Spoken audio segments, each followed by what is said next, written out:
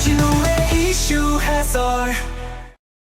팩트 전달과 보수 진영 논리 전파를 위해 여러분의 구독과 좋아요가 필요합니다. 안녕하세요. 국민의힘 주진우 의원입니다.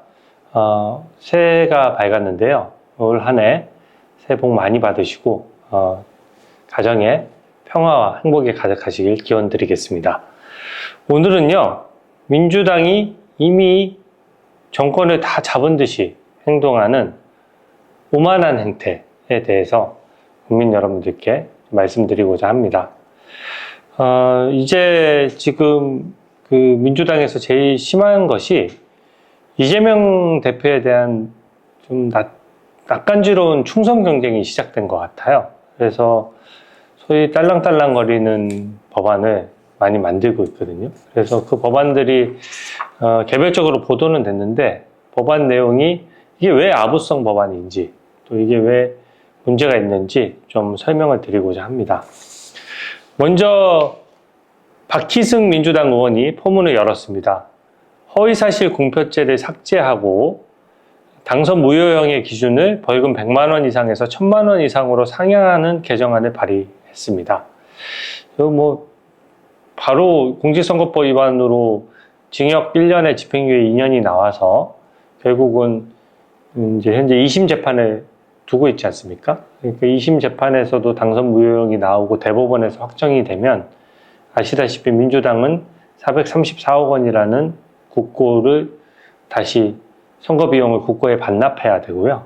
또 이재명 대표는 당연히 당선 무효형이 되고 대선에 출마를 할 수가 없게 됩니다. 그러다 보니까 그것을 100만 원에서 1000만 원 이상으로 상향함으로써 좀 항소심에서 어떻게 좀 변화를 모색해 보겠다 이런 겁니다. 국회의원이 법안을 만드는 건 대의기관으로서 국민으로부터 위임을 받아서 국민의 민생을 위한 것입니다. 근데 이것이 특정 개인의 방탄을 이렇게 적나라하게 하는 경우는 잘 없고요. 이게 너무 낯간지럽지 않습니까? 근데 이 법안을 제일 먼저 발의를 했죠. 그러니까 이런 경쟁이 계속 이어지고 있고요.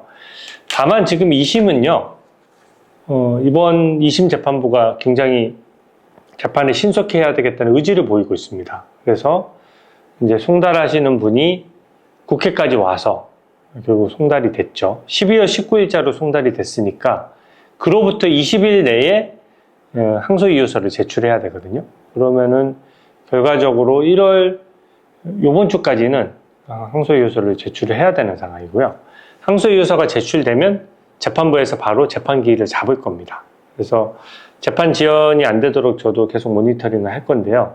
지금 이재명 대표 재판도 이번 주부터 이제 항소이유서가 제출되면서 다음 주 정도에는 본격적으로 개시된다. 이런 점을 또 알려드립니다.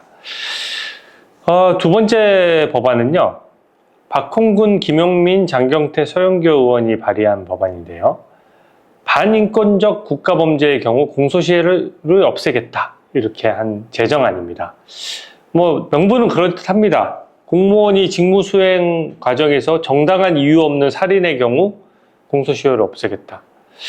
이게 지금 살인죄 같은 경우는 지금 공소시효가 없어져 있는 상황인데도 공무원의 직무수행 과정에서의 정당한 이유 없는 살인, 공무원이 직무수행 하면서 살인을 하는 경우가 상정이 잘 사실 안 되거든요. 근데 여기에 대해서 공소시효를 없애는 것에 대해서는 국민적인 이견이 없을 겁니다.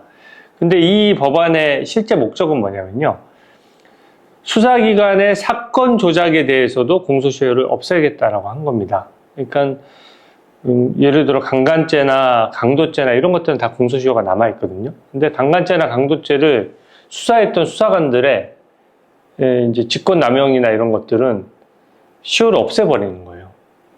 근데 강도나 강간죄로 수사받았던 사람들이 생트집 잡으면서 고소고발을 남발하는 경우도 많이 있거든요. 그러면 우리 치안과 어떤 범죄 예방을 맡고 있는 검찰이나 경찰의 수사관들한테 한번 수사관으로서의 그 직무를 수행하면 평생 이 공소시효가 없이 고소고발 당할 위험에 노출을 시키는 겁니다. 가뜩이나 수사 업무가 어렵고 민원도 엄청 많아서 다 기피하고 있어서 수사력이 떨어져서 문제라는 지적이 많은데, 이렇게 해놓으면은 수사부서는 엄청난 기피부서가 될 겁니다. 여기 숨은 속내도 너무 뻔해요. 우리 이재명 대표님 너무 억울하게 수사 받으셨죠? 저희가 나중에 혼내주겠습니다. 이런 의도 아니겠습니까? 그러니까 이게 정말 어떻게 이렇게 대놓고 수사기관을 협박할 수 있는지, 이재명 대표 수사했던 사람 니네 평생 끝까지 우리가 쫓아갈 거야 라고 하는 것이고, 앞으로 정당한 수사도 맡고 수사했던 것에 대한 보복도 하겠다는 것이어서, 이거 지금은 수사만 들어가 있죠. 나중에 재판에서 뭐 유죄 확정이라도 돼보십시오. 그러면 또 재판부에도 보복하겠다고 또 이런 법안 만들 겁니다. 그때는 법원 공무원도 넣어서 재판이 조작된 경우에는 공소시효를 없애겠다. 근데 이 사법 기능을 이런 식으로 겁박해서는 이 피해가 고스란히 국민들한테 돌아가는 거거든요. 그리고 균형이 맞지 않아요.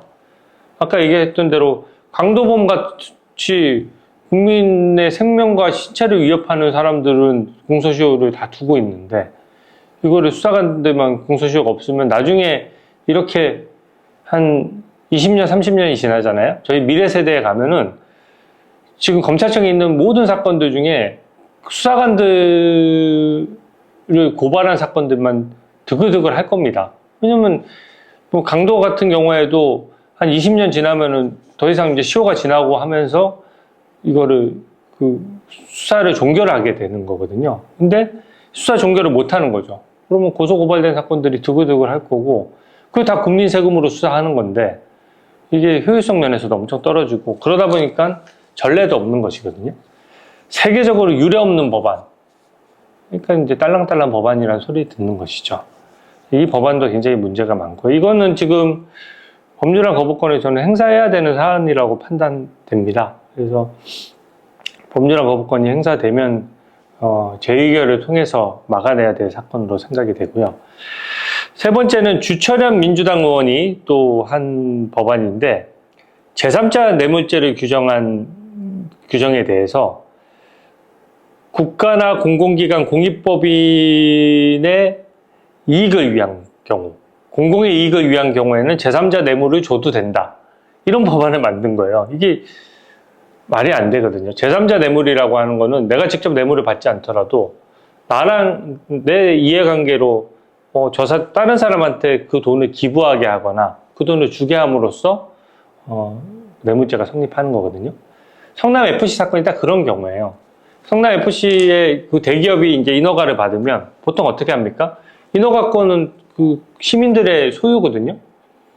한정적인 거예요. 땅이 뭐 무한정 나는 게 아니지 않습니까? 그러니까 그 인허가권은 한정돼 있는 건데, 땅에 대해서 인허가를 내주면서 그 주변의 교통이 혼잡되면 대부분 교통 혼잡을 막기 위해서 주변에 도로를 확충한다든지 이런 데 대해서 그 인허가를 받은 대기업에 좀 비용 부담을 시키거든요.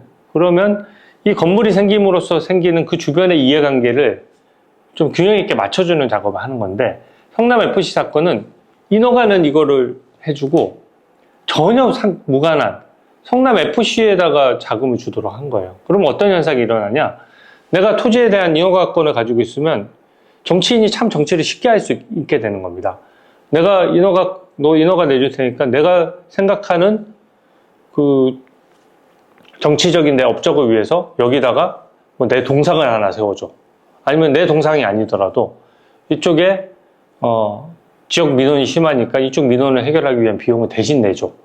이렇게 되면요, 여기에 인허가에 따른 이해관계에 있는 사람들은 따로 있는데, 인허가권을 빌미로 뭐 쉽게 자기가 생각하는 예산을 아껴 쓰지 않고 기업으로부터 돈을 뜯어내서 이것저것 사업을 벌일 수 있게 되는 거거든요. 그러면 지자체장이 어떻게 하겠습니까? 인허가를 다 내줘 버려요. 극단적으로 얘기하면. 한 20군데, 30군데 평소에 내줄 거를 200군데, 300군데 내주고, 그때마다 돈 걷어가지고 내가 생각하는 역점 사업에 추진한다 그러면 내 정책적 성과도 나고, 그것 때문에 재선에는 편하게 될지 몰라도 나중에 나라 꼴이 어떻게 되겠습니까? 그 지자체는 향후에 망하는 거예요. 그래서 그것을 문제 삼는 것인데, 이게 이재명 대표의 변명이 나 공공의 이익을 위한 것이야 라고 하지만 사실은 그 말에 함정이 있는 거거든요. 그래서 이것을 제3자 뇌물죄를 없애는 법안을 만든 겁니다. 그러니까 이 주철현 의원의 법안은 한마디로 성남FC 사건 무죄 선고해줘 이렇게 하는 법안이에요. 그러니까 이제 대표적인 방탄 법안이고 좀 사실 법안으로서 부끄럽죠. 이런 법안은. 네 번째는 이건태 민주당 의원이 발의한 법안인데요. 이것도 사건과 직접 관련되는 겁니다.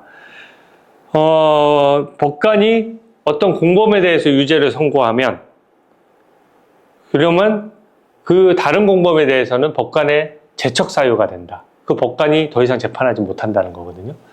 어떤 사건인지 딱 아시겠죠?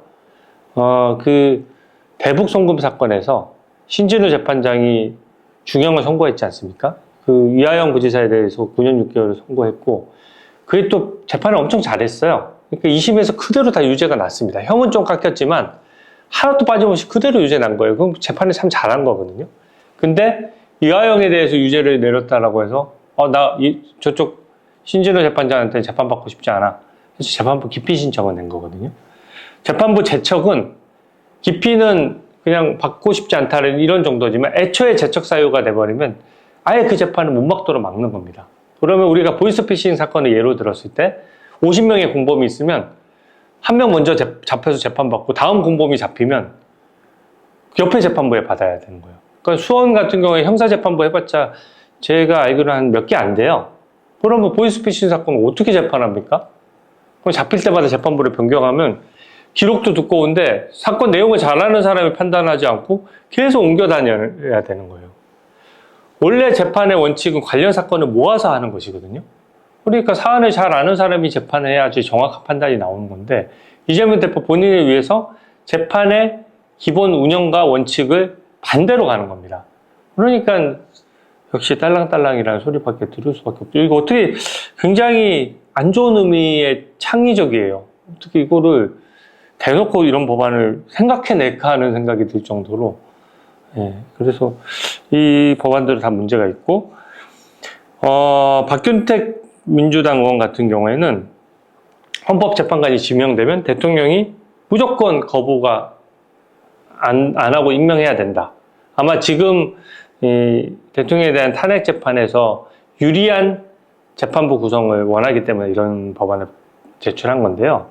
원래 헌법과 우리 법 체계는 굉장히 좀 단단하게 상권 분립의 원칙을 지키기 위해서 꽉 짜여져 있거든요. 뭘 하나 무너지면 뚝 무너지듯이 쭈루룩 다 무너지는 거예요. 근데 이 법안대로라고 하면 예를 들어서 국회나 대법원장이 추천한 헌법재판관이 인사청문회 과정에서 이 뭔가 대단한 비리가 나왔다. 문제가 나왔다. 라고 해도 그런 경우에도 대통령은 무조건 임명해야 된다는 뜻이거든요. 그럼 인사청문회 왜 합니까? 인사청문회법도 고쳐야 되는 거예요. 그래서 이 법안 역시 기존의 헌법 질서를 완전히 무너뜨리는 안 좋은 의미의 창조적 법안이다. 왜 창조적이라고 하냐면 전 세계에 유례가 없거든요. 자기들이 머릿속에서 만들어낸 거예요. 법을 어떻게 입법내도 조사하지 않고 머릿속으로 막 만들어냅니까? 마지막으로 민주당 이해식 의원은 철회를 했지만 대통령 탄핵 재판과 관련해서는 현재 6개월로 되어 있는 것을 4개월로 단축하는 내용의 헌법재판소법 개정안도 발의했어요. 근데 이거 왜 철회했냐? 너무 속이 보이지 않습니까? 이재명 대표 저 재판 2심 선고 나기 전에 제발 탄핵 재판 선고 좀 내주세요. 한 줄 요약하면 이런 거거든요. 이래서 법을 만들 때는 일반 국민을 보고 일반적으로 앞으로도 적용될 수 있는 법안을 만들어야 되지 구체적인 사안을 놓고 그 사안에서 당리당략적으로 만들게 되면 굉장한 법률안 위반이 되는 것이거든요. 그리고 위헌 요소가 커지는 것이죠. 이재명 대표의 방탄 입법 아마 앞으로도 이어질 건데요. 이 전혀 민주적이지 않습니다. 이 한 사람을 위해서 모두 아부성 법안을 발의한다? 우리나라 국민과 우리 헌법 체계는 이런 아부하는 형태의 위헌적 법안을 결코 허용하지 않을 것이라고 생각되고요. 이런 법안들은 지금 이 순간에도 검토되고 있을 겁니다. 저는 이런 법안들을 이건 첫 번째 시리즈고 다음에 문제 있는 제가 재판 지연 모니터링 하듯이 법안들에 대해서는 문제점을 조목조목 지적해 나가도록 하겠습니다. 네, 오늘 해설 이것으로 마치겠습니다. 고맙습니다. 주진우의 이슈 해설